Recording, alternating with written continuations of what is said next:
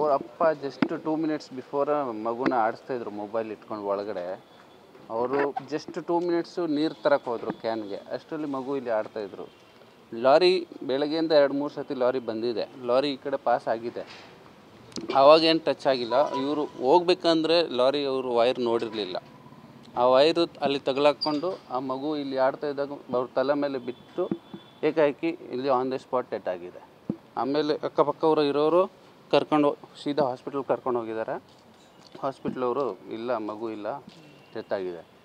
So ಇವಾಗ ಬೇರೆ police ಅವರೆಲ್ಲ ಬಂದಿದ್ದರು, ಅವ್ರ ತಾಯಿ ಬಂದಿದ್ದಾರೆ, ಮಗು ತಾಯಿ. ನಮ್ಮ ಹೆಸರು ಸಂಜಯ್ ಅಂತ. ನಾವಿಲ್ಲಿ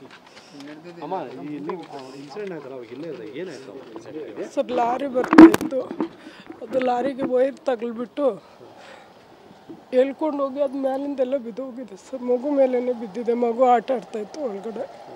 ಅವ್ರ ಅಮ್ಮ ನಿಂಗೆ ಎತ್ಕೊಂಡಿದ್ರೆ ಅದ್ರ ಮೇಲೇ ಮಗು ಬಿದ್ದುಬಿಟ್ಟು ಕಲ್ಲೆಲ್ಲ ಬಿದ್ದುಬಿಟ್ಟಿದೆ.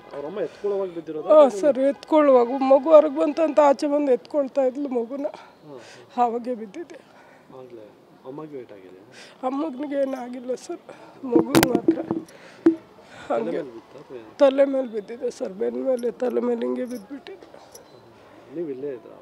ಸರ್. ಪಕ್ಕದಲ್ಲಿ ಇದ್ದ ಓಡ್ ಬಂದು ನಾನು ಹಾಸ್ಪಿಟ್ಲಿಗೆ ಎತ್ಕೊಂಡು ಹೋದ್ರಿ ಮಗುನ.